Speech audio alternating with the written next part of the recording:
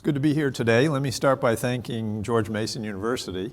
They've done a fantastic job of pulling this together. I'm not sure we would have been able to do as good a job as they have here.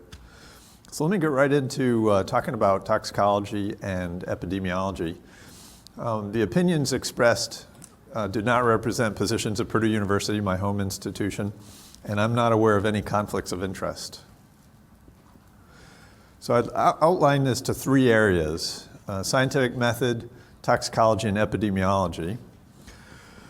So we spend a lot of time in the university talking to our students about the scientific method and the importance of it and the steps that go into it. So you define a question, you observe, form a hypothesis, test that hypothesis, and then refine the hypothesis. And the hope here is that this work will be free from bias, repeatable by independent groups, and of sufficient statistical power or number of samples to be useful.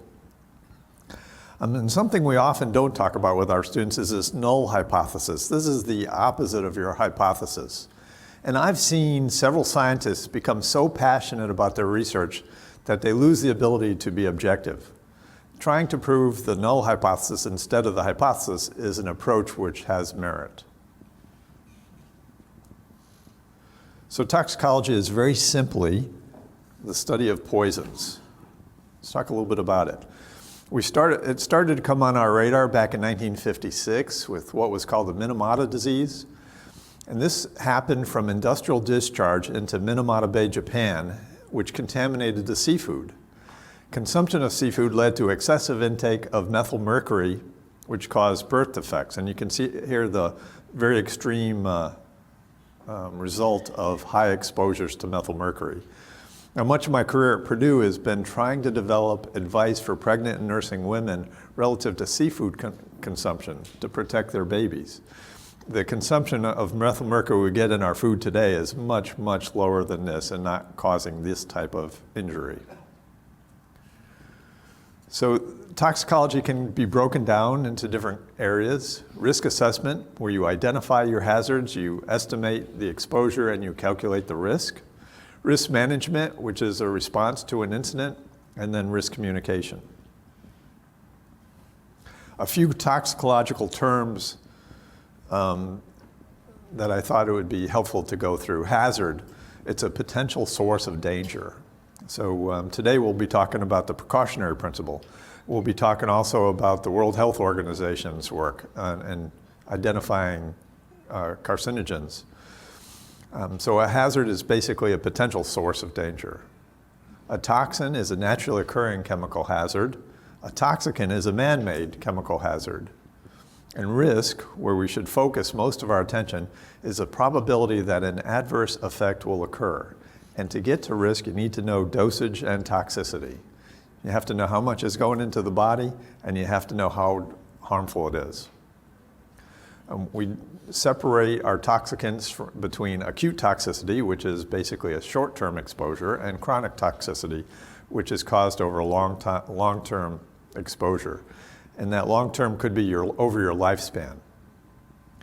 And we separate the terms dose and dosage. Dose is the amount of a chemical administered, whereas dosage is the amount of a chemical administered in relation to your body weight. Another term that you've probably heard quite often is LD50. It's the lethal dose needed to kill 50% of a population. And I'll show you some numbers here so you get a comparison of some of the chemicals that are in our daily lives. And another term that's used often in toxicology circles is the NOEL, no observable adverse effect level. This is the exposure level, or the amount you're exposed to, at which no adverse effects are detected. That's important for trying to set a safety limit to protect consumers. The reference dose uses the NOEL and divides it by an uncertainty factor, and that uncertainty factor can go up to 10,000.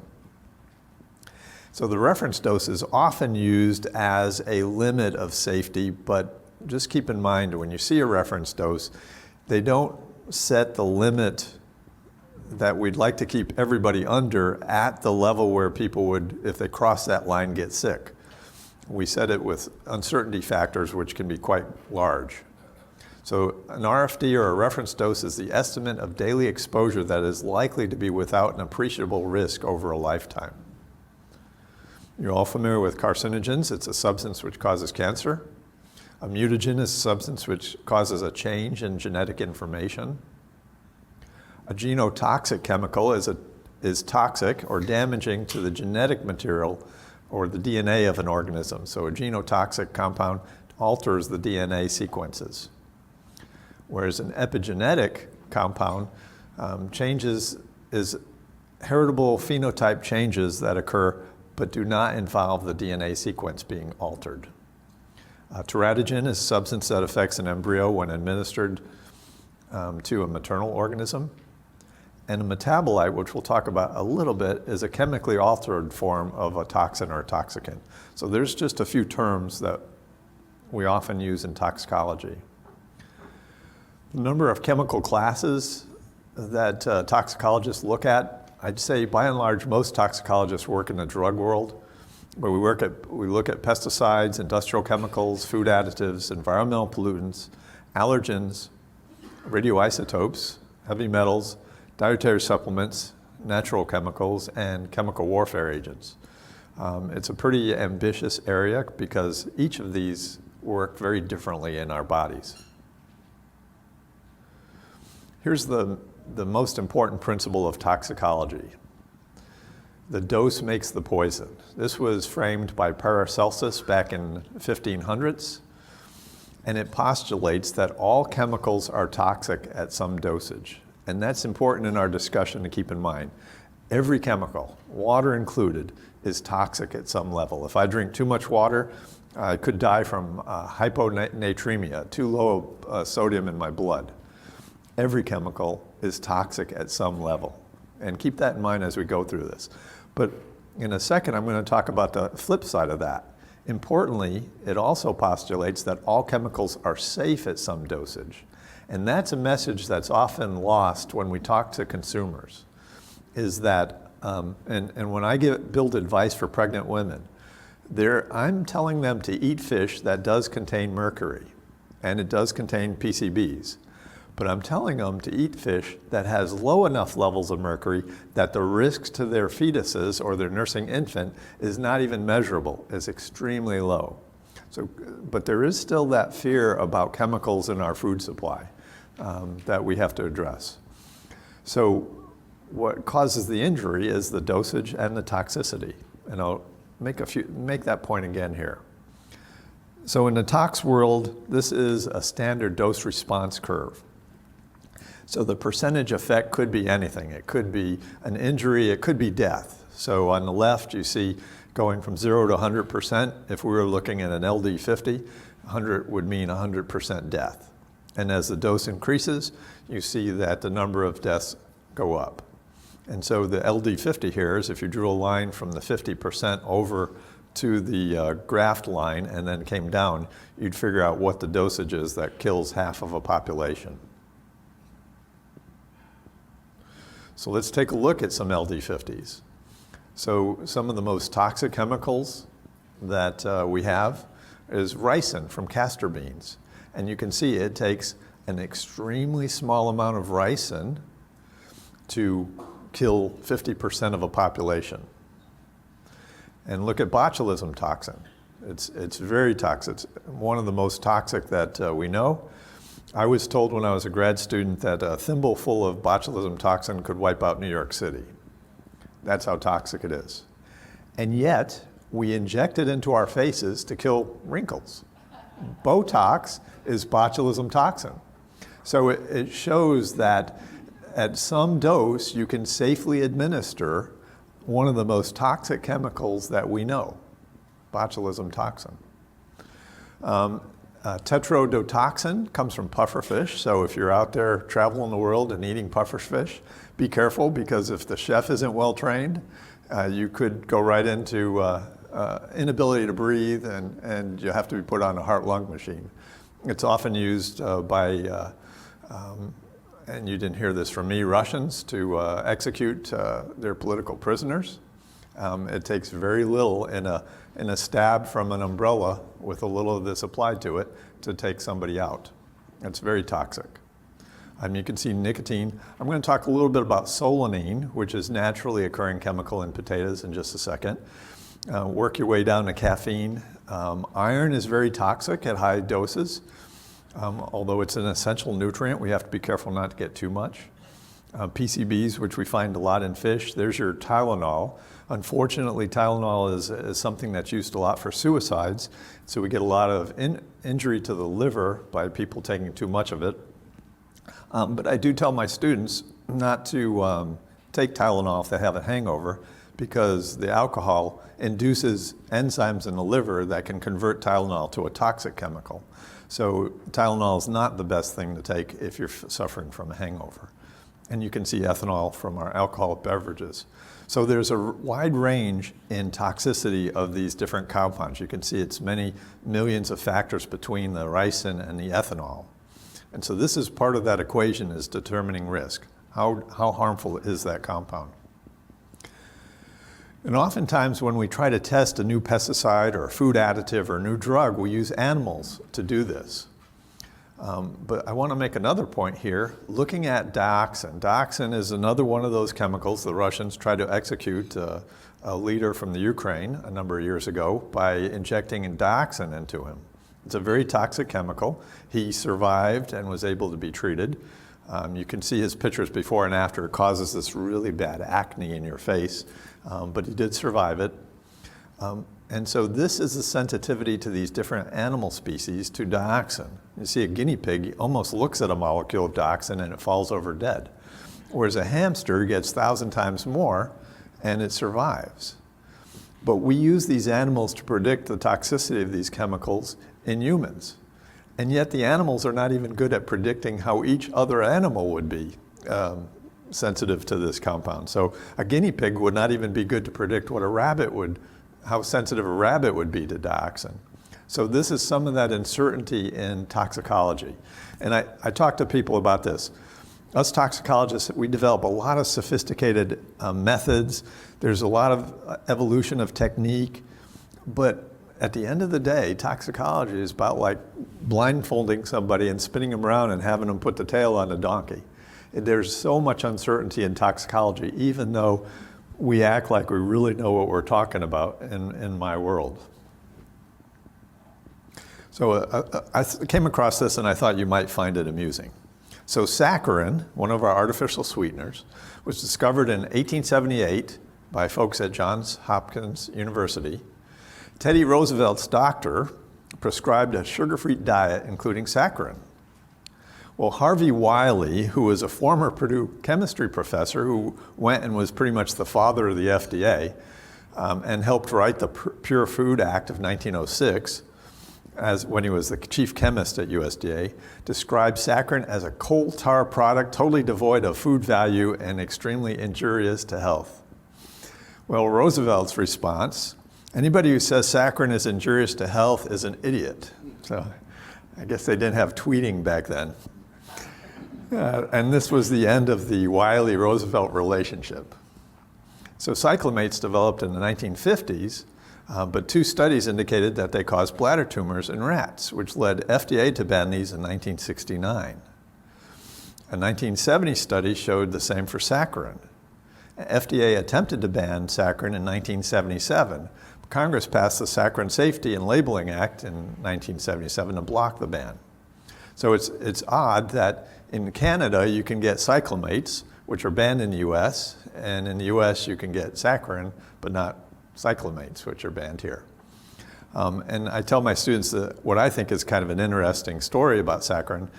We used to have to put a cancer warning, if you remember, on the packs on saccharin. But we finally figured out that those rodent studies that we had done were not predictive of humans. Let me tell you why.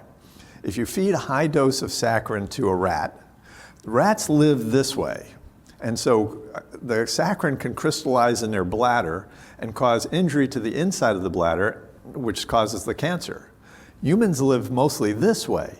We can't collect those crystals of saccharin in our bladder. So we micturate or pee them out. And so they don't build up there to cause irritation on the lining of the bladder, so they don't cause cancer in humans. And so it took us a while as toxicologists to figure out a rodent is a little different than a man. And so that's when we removed that cancer warning about saccharin. So let's talk about potatoes. I love potatoes. Don't stop eating them because of what you heard here today. I've had them in all my meals in the last several days. But potatoes, when exposed to sunlight, turn green from the production of chlorophyll. And you can see some nice green potatoes here. Simultaneously with this greening, a glycoalkaloid called solanine is produced along with the green chlorophyll. A dosage of 3 to 6 milligrams per kilogram body weight may be fatal for humans due to neurological disorders. Peeling can help reduce this, and cooking does not reduce it. So I tell students that you could take 10 pounds of green potato skins, and if I ate it, I would fall over dead.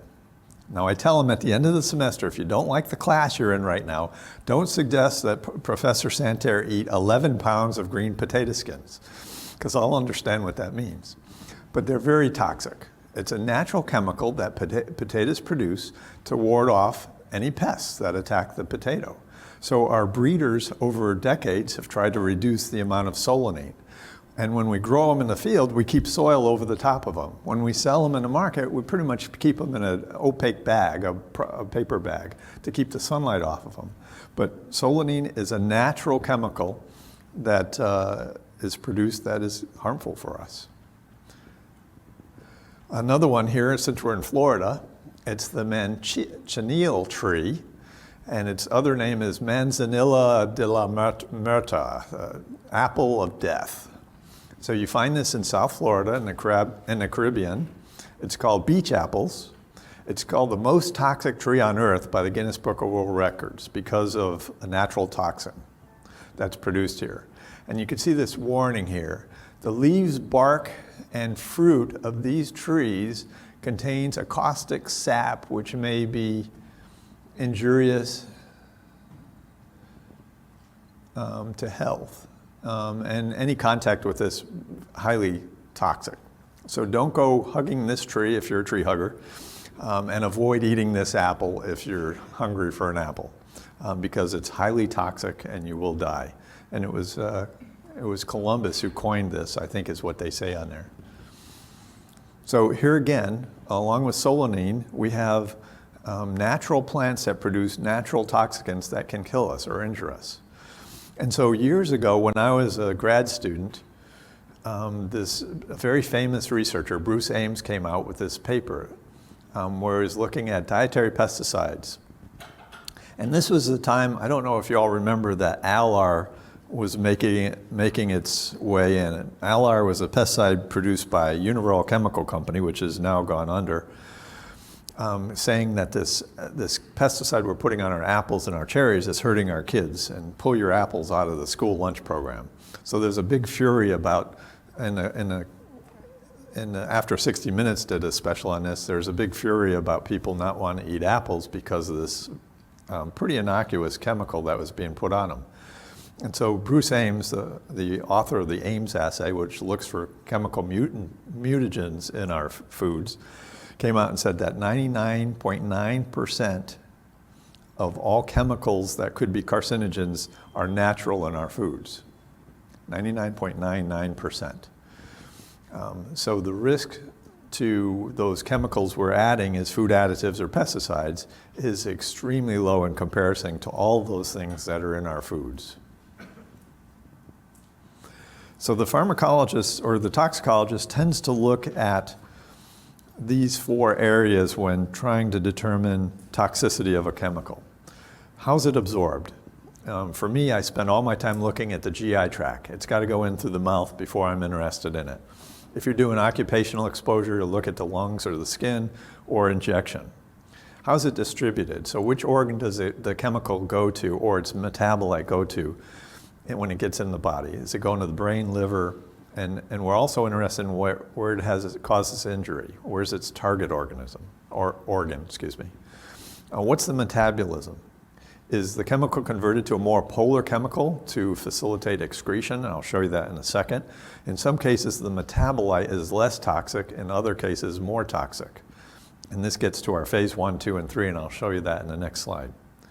How do we get rid of it in our body? And so do we excrete it in urine, feces, respiration, sweat, cuticles, hair? Milk is an important one. So when I work with seafood, some of the mercury or PCBs that could be in seafood could be shared by mom to a nursing infant through her milk. And the exposure to the baby can be quite great. And so we've developed our models around how much mom passes on to the baby. So here's just one example of metabolism that can occur. This typically occurs in the liver, but it can occur in the lungs and other places too. So here, benzene, just a common solvent.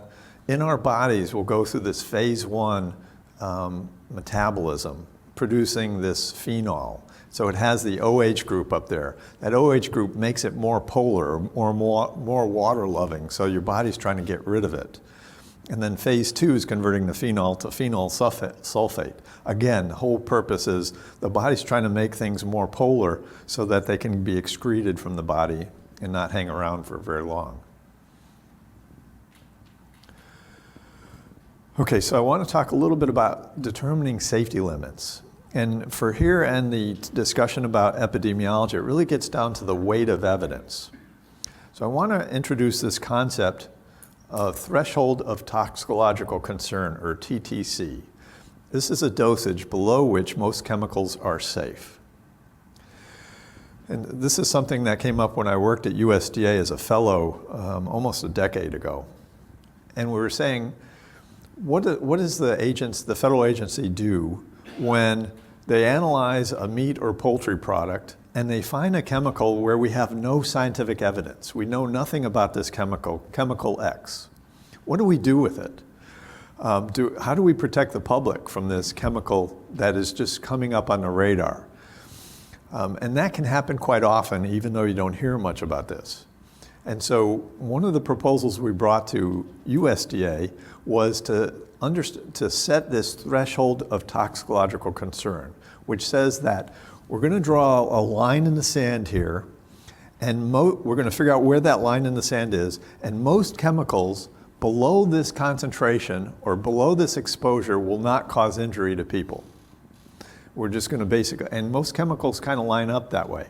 So you could draw a line, you could say, anything below this concentration in your food, not likely to cause big concern. And if I analyze that food, I could find 100,000 chemicals in that food. So being able to say that this is a level that below which most things except my botulism are going to harm us. So in developing this weight of evidence, this might be a default. And I'll show you a graph or an approach here in a second. But the idea is we want to build weight of evidence when we set safety limits on chemicals.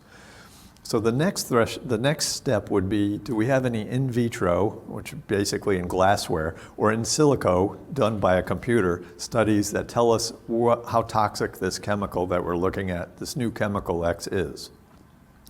If we've invested some money in looking at this, we might even have some in vivo studies looking in a rat model.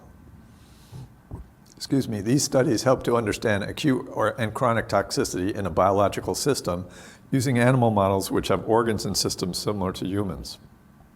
And then we might want to look at epidemiological studies and attempt to determine causation of a disease related to exposure. And many studies can only establish an association, and we'll talk about that in a little bit.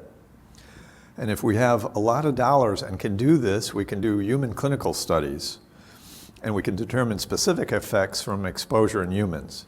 But these studies are difficult and often prohibitive from an ethical perspective.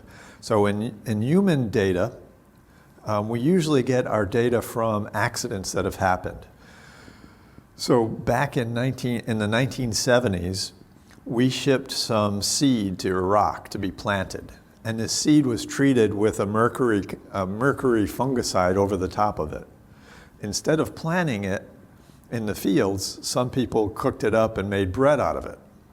Well, they had really high exposures to methylmercury, and they had deaths, and they had lots of injury.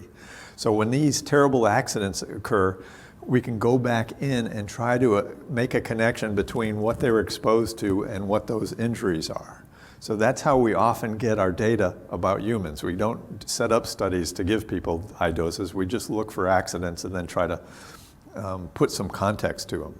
So much of the safety limits we use today in mercury in fish, it came from that Iraq episode where a lot of people were injured. And so the idea here in toxicology is, what's the weight of evidence? If we don't have much information about an emerging chemical contaminant, maybe the threshold of toxicological concern would be the place we start at. Does the chemical showing up in our food products exceed that?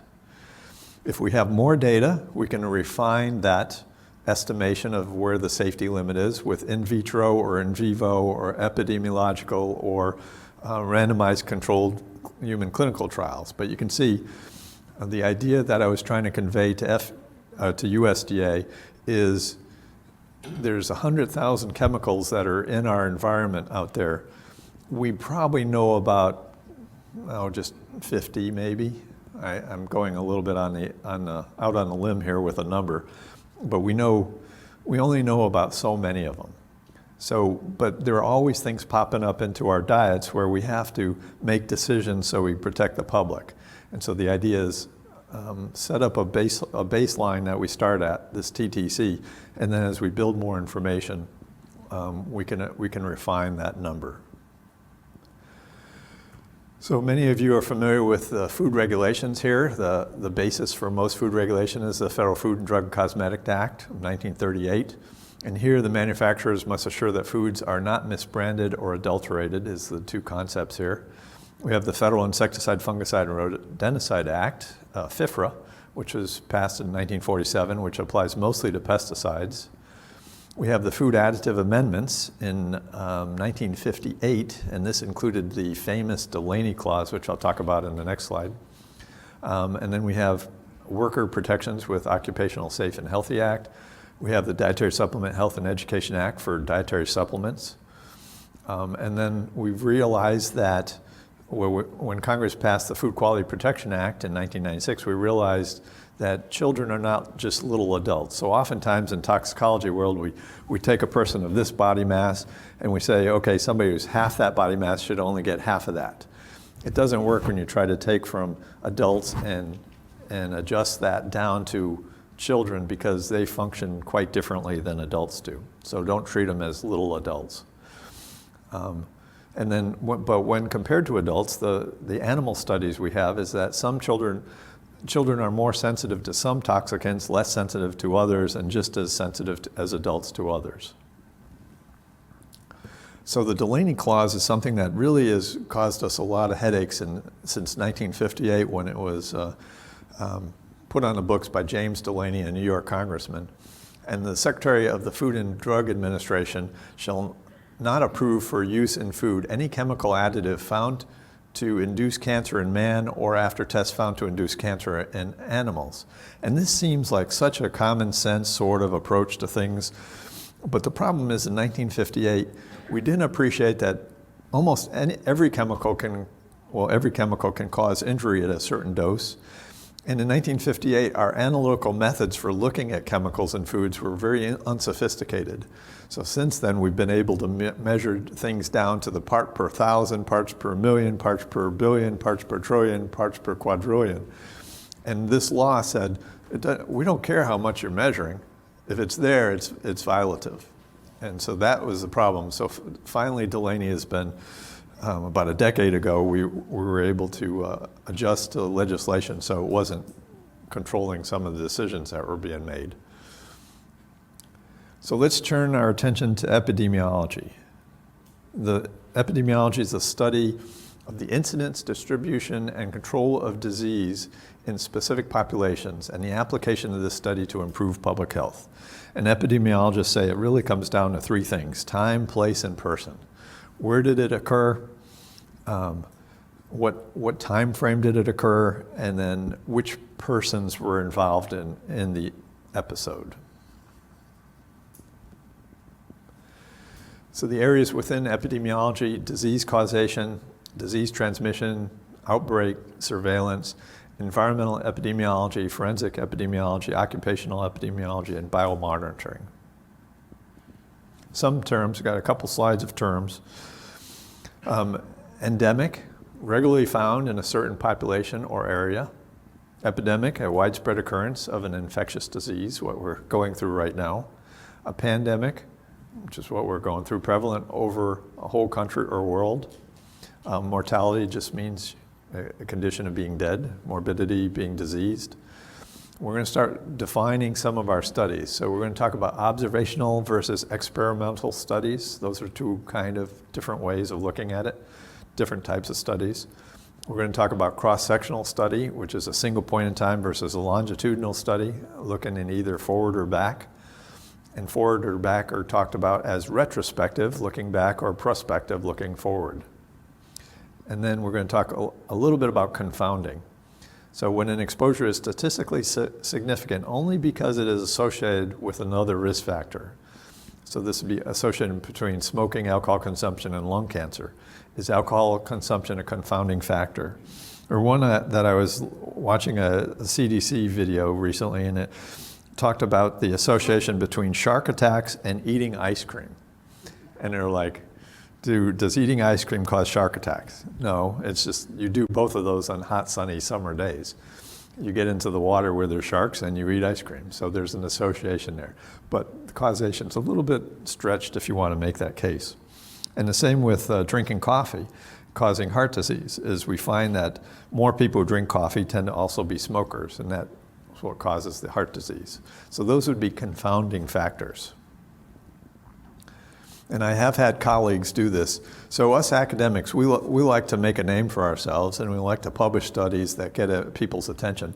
So I had a colleague trying to make a case between BPA, that plastic additive that's in our hard plastic bottles, and obesity.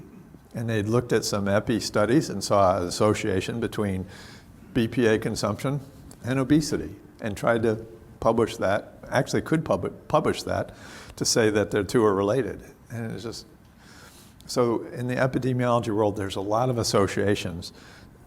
Trying to filter down to what's actual causation is challenging. Okay, so let's go through some of the different studies. And again, we're going to, over the course of this discussion, we're going to talk about strength or weight of evidence. And I'll have a slide that kind of brings this together. So the case reports really start out as the first report of a medical issue. This is a red flag to look further. This would be somebody experiences something, and so it's an individual person, goes to their doctor, and the doctor's never seen this before, and might do a case report. And the weakness of this type of study is it's small numbers, usually one, and it's selective reporting. Some doctors won't turn it in, some will. The next ramping up is case series. And this is a compilation of a small group of patients with a disease. Again, the weaknesses is a lack of a comparison group or control group. It's difficult to study cause and effect, and there's no time dimension to look at. So it's a snapshot in time. Next, when we step up, we have the cross-sectional or prevalence study. And this is observations of a representative sample from a defined population at a particular point in time. So this would be something like, and it's like a survey, often like a survey. So if I did a study at Purdue University where I called up students and I said, have you exercised in the last week, and what's your BMI? Where I tried to make a connection between those who exercise and their body weight. The problem is I'm looking at a specific point in time. So the week I might ask them if they exercise might have been spring break, where they were not able to be in the gym that week. So it really lacks that time, that temporal relationship. And you cannot infer a cause and effect from this type of a study. So those are the first three. We'll kind of continue to build on this.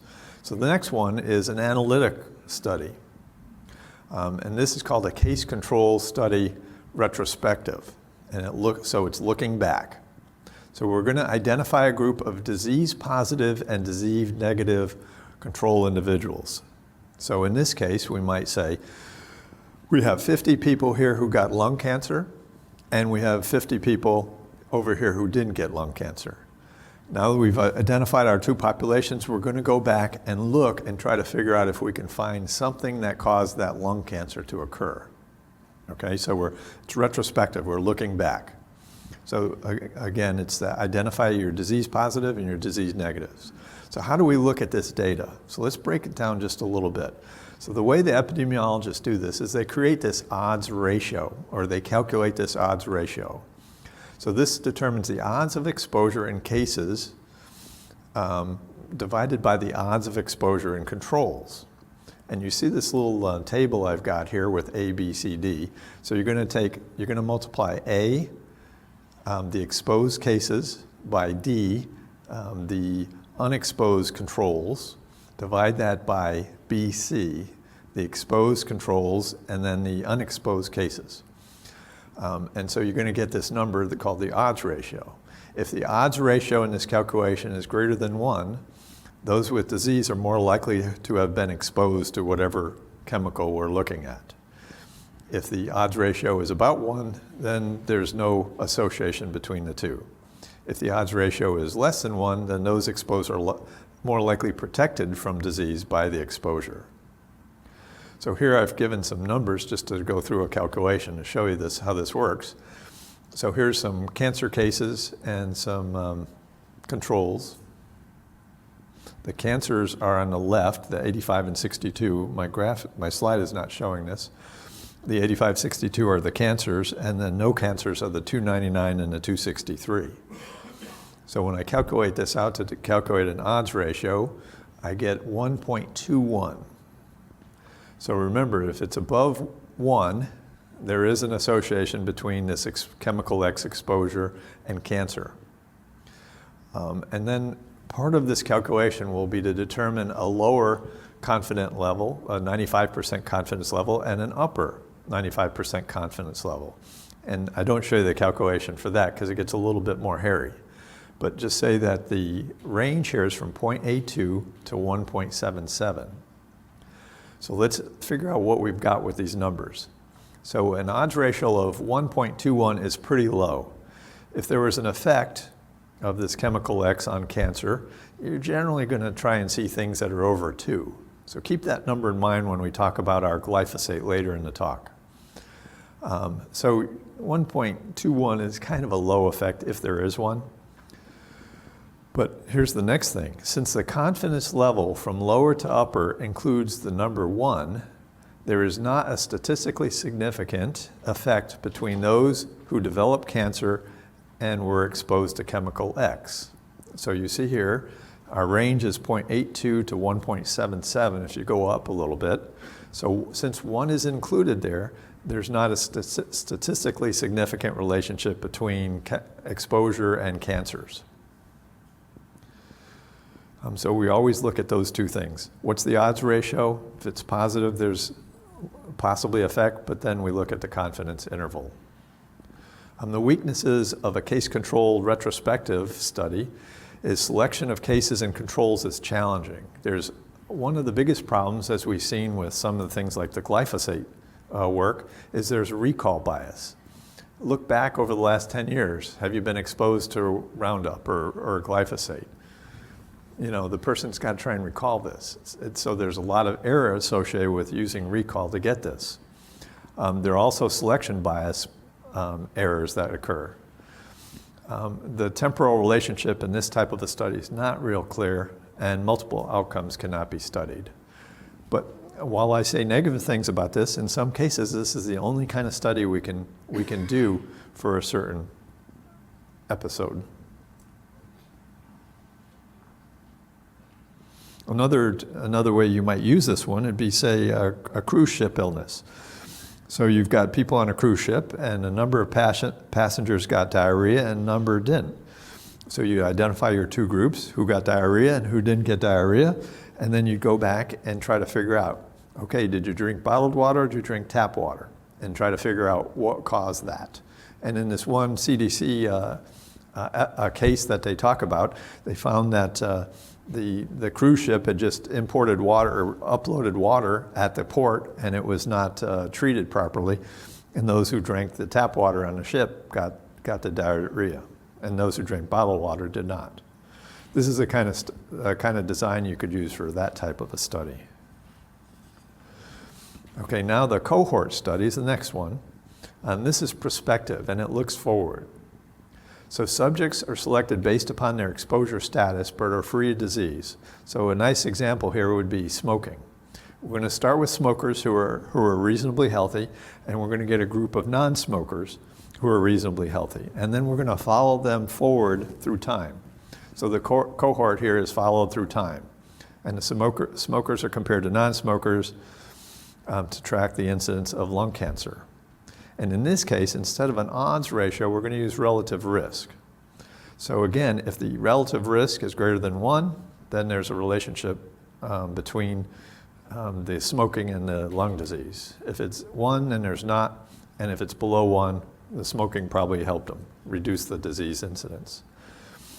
So the strengths, the relative risk is more powerful than the odds ratio. You can establish population-based incidence. Multiple outcomes can be studied. Temporal relationship can be inferred. Confounders are more easily controlled. So if there are other things that are affecting the lung cancer, you have ability to track that and exclude those people, or at least track it. Weaknesses, the studies are more expensive and last longer, and you get a lot of attrition with these type of studies. So when a person starts in this study, they may drop out, which really makes it hard on you to get your numbers, and may require a large sample size. Not good for things like rare diseases. So there have been several, or many, large cohort studies, and I just listed some names here. So it's a commonly used, very expensive way of doing it. Usually it takes a lot of funds to do these things. And then everybody, once the data is collected, everybody goes and tries to pull the data out and analyze it their own way. So how do we look at chemicals in our diet to try and make an association between exposures and health outcomes? So there's a large effort that continually happens called NHANES. NHANES stands for the National Health and Nutrition Examination Survey. This survey is intended to determine the prevalence of major diseases and risk factors for disease. NHANES began in the 1960s as a series of surveys focused on different population groups or health topics. In 1999, the survey became a continuous program which now examines a nationally representative sample of about 5,000 persons per year. And what they collect data on is interviews include demographics, socioeconomic, dietary, health-related questions. The examination component consists of medical, dental, and physiological measurements as well as laboratory tests. So NHANES is one of the best sets of data we have to try and connect exposures to biomarkers in people, to make that connection between exposure and disease. Next we have the randomized control human clinical trial, and this is again prospective. This is a study that we did at Purdue. We started with 70 subjects were selected, so the purpose of this was to see how consumption of fish affects omega-3s, healthy fats, and mercury in a diet. So we selected females who were between 18 and 40 years of age. They self-reported that they were seafood eaters, including some fish that are typically higher in mercury, like shark, swordfish, and tuna. We evaluated their mercury in their hair, and if they were above a certain level, we said yes, they're probably getting this from the fish they're eating. They had to be willing to give us hair and blood samples, and I got to tell you, it was hard to get hair samples. It was easier to draw blood from these subjects than it was to get hair samples. And I'd heard that from other colleagues. Even though we only needed a little pinch of hair near the scalp, it was easy. Take my blood, just don't take my hair. And so that was one of the challenges in this kind of a study. And the women were willing to forego any seafood or supplement consumption except that provided during the study. So we started out with 70. We had one person who kind of cheated. We could tell by the data. And so we had to exclude them from the study. So group 1, they were fed 8 ounces per week of a low mercury fish that was low in omega-3s. This is tilapia. So they had this for 3 months. They came in and we fed them. Group 2 was fed 8 ounces per week of a low mercury, high omega-3 salmon for 3 months. We could not feed, obviously, a high mercury fish to the women. That would be unethical. But then we collected blood and hair and tested it for mercury and for omega-3 fatty acids. And from this study, we were able to get a good connection between, so they started with high mercury in their blood and hair, and we put them on low mercury, so we were able to get how fast mercury was leaving their body by measuring their hair over time and their blood over time. And then one group had a high omega-3 fish. We were able to see how that connected to omega-3 status over the 3-month period. So we're able to make really nice connections between this is what you eat, this is what we'll see as a result of that. So I want to make this point about the weight of evidence just one more time, because it's extremely important both in toxicology and epidemiology. So your case reports, your case study, your cross-sectional studies tend to be, they're descriptive, but they tend to be weak as far as scientific merit goes. And then as you start getting into your case control and your cohorts, these analytical studies tend to have greater strength, and then your clinical trials tend to be stronger strength. So it's very important when you evaluate studies and bring them into the courtroom is to assess how strong this data is. And I'll show you how we get even better. So the whole idea in these studies is to get a connection between exposure and causation. And I thought this one was quite interesting. I found this while looking on the web. So you can barely see the purplish. So this is the number of people who drowned by falling into a swimming pool. And then this is the number of times Nicolas Cage appeared in a movie. And I don't know if you're a Nicolas Cage fan. I kind of like his work. But so it's that same sort of thing. Is there a causation here? So correlation does not imply causation. So we give students a tattoo on their arms when they come through our courses to make sure they never forget that. And I always like the saying that you've probably heard many times. There are 3 kinds of lies. Lies, damn lies, and statistics. And you can use these to make whatever case you want. So how do we make that connection and causation? So back in 1965, Hill developed these 9 areas that you should consider when looking at the strength of studies to determine whether there is causation. So the strength of the study, strong is better. Consistency, repeated observations in different populations and circumstances is better. Specificity, the cause leads to a single effect. Temporality, cause precedes the effect. Biological gradient, so there's a dose response effect. So you can kind of get the idea here. And some have actually taken this to add one more principle to this. But the whole idea is that if you do like my colleague did and try to make a connection between BPA and plastics and obesity, you're going to fail when you use the Hill criteria on a number of these criteria. Unfortunately, we get too many people who want to get that publication because they have to get promoted, and I've gone through that, or they want to make a name for themselves, and it puts a lot of bad evidence out into the field. So the way we really get at this is with meta-analysis.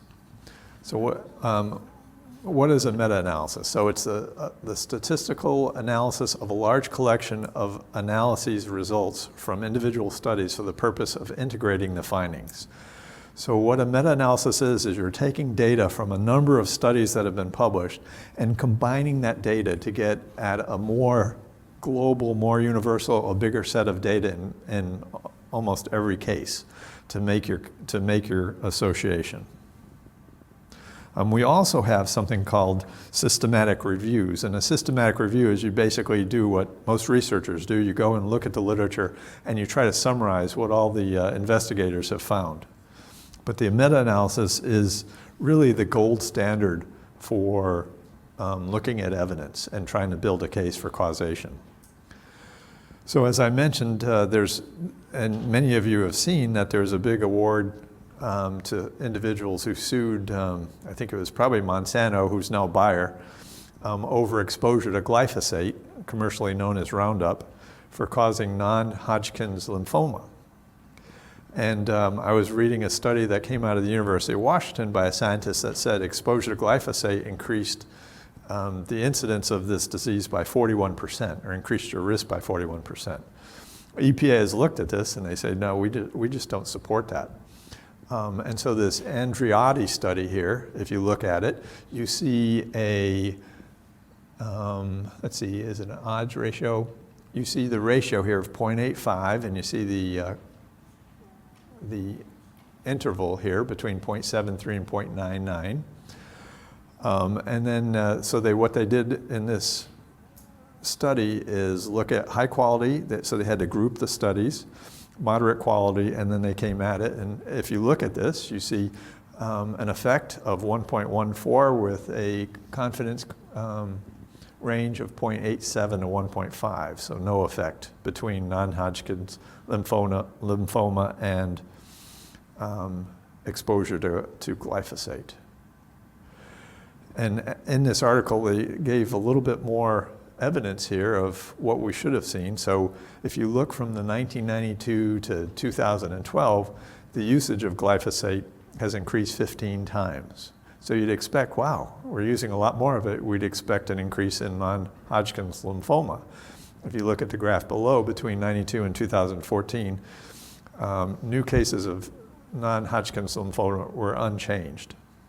So again, building more of that evidence as to, is there a relationship between the disease and the exposure to this chemical?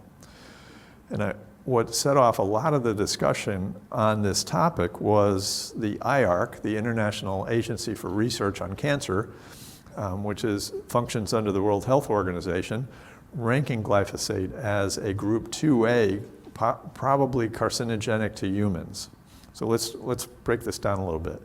So when they look at different chemicals, they break them into this category, group 1, 2A, 2B, and 3. 1 is carcinogenic to humans, and they've determined that 120 chemicals are that. 2A, probably carcinogenic to humans. There have been 83 that they've categorized that way. Possibly carcinogenic to humans, 314, and not classifiable as to its carcinogenic to humans, 500. And so some of their recent decisions, processed meats, which would include bacon, sausage, ham, hot dogs, are group 1. That happened in 2018. Red meat, group 2 in 2018. Drinking very hot beverages is a group 2A. Coffee started out as a 2B, but then got lowered to a 3. And then glyphosate was scored as a group 2A in 2015. Now the challenge with this, what they do, is they look at hazards. They do not look at risk. That's a big difference. So basically what we've said, that every chemical you're exposed to could be a hazard at the right dose. So they're not looking at how much red meat you're consuming. In this case, they don't even have a chemical identified. They just red meat. So whatever's in red meat. They treat red meat like processed meats all the same. And I can tell you, I can go into my lab and I can show you the chemicals in bacon are quite different than those in ham or hot dogs or sausage. So what are you being exposed to? So they're just kind of taking this broad class. We had a seminar speaker from USDA come to Purdue a couple years ago and said he was on the team that looked at red meat in 2018. And he says, the way they manipulated the studies, they had an intention to get to a certain outcome. And so this group, in my opinion, from what I've heard and what I've seen from reading their work, has become very political and not very scientific, not evidence-based. But when this happens, there's a lot of people around the world who listen and a lot of decisions are made, and unfortunately. Just wanted to say that the rates of new cancer cases have continually declined according to the NCI in the United States. And so that is good information. That's good to know. I think we'll talk about this in the next session where we have the panel. I'll bring up glyphosate again because I think it's rather important. Life expectancy in the United States, as you know, has continued to go up. Now we may see with COVID a decline or a spike down. You can see here back in 1918 when we had the Spanish flu, We lost 50 million people in the world due to this. And it was at the very end of World War I when people were coming back to their homes from all over the European theater. And so we didn't have many medical treatments or vaccines to fight this. So that was 50 million people who died from the Spanish flu. But in light of all the pesticides and all the new drugs and all the food additives, our lifespans continue to increase in a nice trajectory. So I'd like to just kind of do a quick wrap up here. The scientific method is a process for developing evidence. If properly applied, it can help us to make informed decisions. Some scientists, policymakers, and public sector organizations abuse the principle to advance an agenda. Humans are exposed to hundreds of thousands of toxins and toxicants daily. If we were as sensitive to these as is the guinea pig to dioxin, our species would have become extinct eons ago. Paracelsus' theorem has held for 500 years. All chemicals, natural and industrial, can cause injury or be hazards, and all chemicals can be innocuous. Toxicology and epidemiology are our best tools to assess risk and identify chemicals which may be injurious to our health. But risk is determined by toxicity and exposure. Toxicology and epidemiology have limitations. Uncertainty related to species, age, gender, confounding factors, selection bias make estimating risk challenging. A weight of evidence approach understands that every method has limitations, but each also helps to build a profile. And correlation does not imply causation. And I'm looking to see, I've got some questions here. Decriminalizing of marijuana. Talk about the role of a toxicologist in court. Can toxicologists testify about impairment based on marijuana and metabolites? Good question. This gets a little out of my discipline. But yes, a toxicologist can weigh in and look at the scientific evidence. I would say until more recent years, we haven't done many studies on marijuana except for how it affects our ability to drive and get in accidents and things like that. And so we really haven't, no company that I'm aware of has ever brought marijuana to be approved where it's had to go through a standardized review like we would have for saccharin or like we would have for any other food additive or pesticide. So I'm not sure what the strength of evidence relating to marijuana, but yes, both toxicologists and epidemiologists would be somebody who could be called on to look at the evidence and say how strong that evidence is. And I'm told I only get paid if there are like 3 more questions before the end of my session. So do we have any more questions? Yes. Hey, Charlie. Really enjoyed this. I just have to point out that Bruce Ames taught in our program for many years. He's fantastic. And actually the first judges program ever done on scientific evidence was done by our law economics in 1989, sponsored by the Federal Judicial Center. And it was fantastic to get to know him. Just an incredibly creative guy. And one of the things that was really interesting in that was he talked about the Big Green Initiative in California. Recall what that was? It was designed to ban all uses of pesticides, fungicides, all the chemicals. And he went through this discussion of that process. And one of the cool insights of that was if we ban all the pesticides and other things that stop the bugs from attacking plants, that we end up with actually people doing 2 things. One was the economic story. You get less productivity in terms of producing fruits and vegetables, which is very important to battling cancer. Okay? And the second one is that the plants become more toxic if you use a less effective way to ward off the insects. And I think your mention of the potato peels kind of fits right in inside that story, right? The plants protect themselves. But that was the first I'd ever heard of that story, but he did kind of I really like the part that you tied to the economics. You're going to increase the price of fruits and vegetables. People are going to eat less fruits and vegetables, and you're going to get more cancer. Yeah. I thought I'd throw it out there and let you react to it. Yeah, thank you. And we talk a lot about Proposition 65 in California, and it's an interesting test tube that we really need to look back and see, is public health better as a result of the investment in Prop 65? Prop 65 identifies all these chemicals that can be carcinogenic and tends to be more conservative than our federal agencies, EPA, FDA, USDA.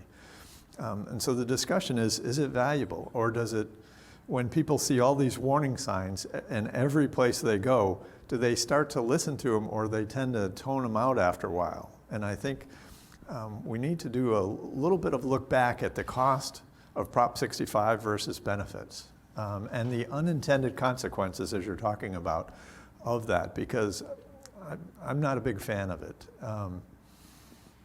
I just don't think it really accomplishes very much. But it does, when we increase the regulations around all of these things, it has many unintended effects of driving out competition, small companies, small players. I'll talk about that in the panel a little bit, but just what I see as an effect is not good for the population. It doesn't make them any safer. No more questions? All right.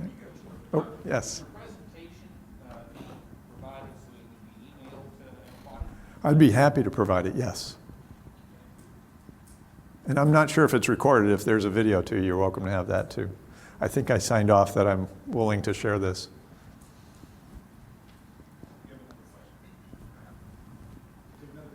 Oh. You have a second question? Oh, I'm sorry. I got to look here.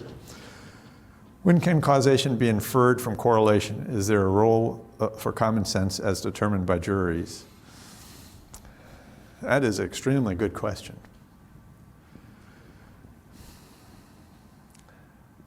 I would say juries advised by technical experts, yes.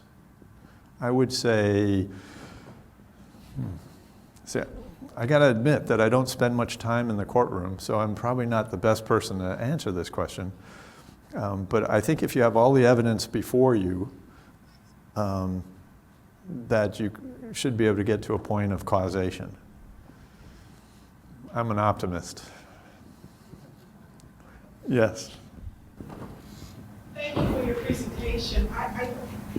Lately, I've been looking at different writings that speak to environmental justice and marginalized communities.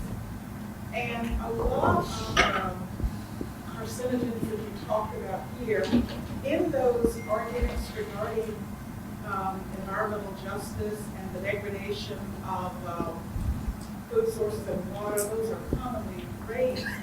Are economists looking at trying to, I guess, present this information so that it informs public policy across the board and addresses some of these current themes that are coming out of this movement for environmental justice in these communities? And it's not just nationally, it's also internationally. I know that the court in Nigeria just came up with a sweeping opinion that has some real implications for some of the land destruction and water destruction that's occurred, where a major multinational has been, I guess, drilling for oil or producing it, and they're saying there's no longer the possibility for food and water sources in that community. So it's kind of a rambling question, but I'm trying to help you fill out your time.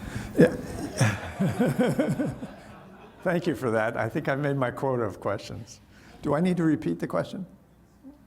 Yes, okay. So the idea is, as I see the question, we're really looking to try and protect all populations, and some may be more vulnerable. And how do we do that? In the world I have existed in for decades now, it's all been only because of an episode. It's only because somebody got injured or died that we took action. The policies that we put in place are never proactive at anticipating this. And you can see this in everything that's occurred in the toxicological world. For example, when we see lead in the water in Michigan, it was only because of that potential for injury and injury that we took action. And I was in 1998 and 1999, I was serving as a science expert, senior policy advisor in the White House. We spent a lot of time working on lead in water around the country, working with EPA to try and figure out how we prevent this from happening again. But you're exactly right that vulnerable populations are often very susceptible to these things for two reasons. One, they're closer to many of these chemicals because of where they're living, and one, they're not as looked at with as much intensity because of them being that population. So I think it's something that if we can keep raising the amplitude around these issues, we can start spending more resources and look at them. The thing that to be careful about, and we'll talk about it here in a second in the panel, is that we should also look at unanticipated consequences. And I'll try to make a case with biotech crops in the panel that's coming up after this as to how our trying to keep these from the marketplace has really hurt some of these vulnerable populations, especially in developing countries in Africa. And the number of people who've been impacted is just horrendous. And so I feel for those issues, and I try to work as much as I can on those issues. Good question. Did I answer it? You did. I was just also thinking, I had a case a few years ago where there was an issue related to an allegation of GMO products, and the European Commission said basically because this product has these GMOs that can't come into the European Union, but the company said no, not the case. So you get many of these things where there are these issues related to food standards and carcinogenic levels or whatever else you are concerned about. You get those? Oh yes, and there's a lot of protectionism out there. So if a country wants to prevent U.S. products from coming into their country, and there's a pesticide we use and they don't use, that one will always come up as, oh, we're not accepting your beef, your poultry, or whatever, because it has this chemical that's been used on it. Whereas we've looked at it and the risk is low, it's just, okay, we're going to be punitive and try to slap that industry down because of something else we're not happy with, a trade embargo or something else that's going on. So those are commonly used as protectionist measures between countries. Thank you. Okay. All right, well, thank you all very much.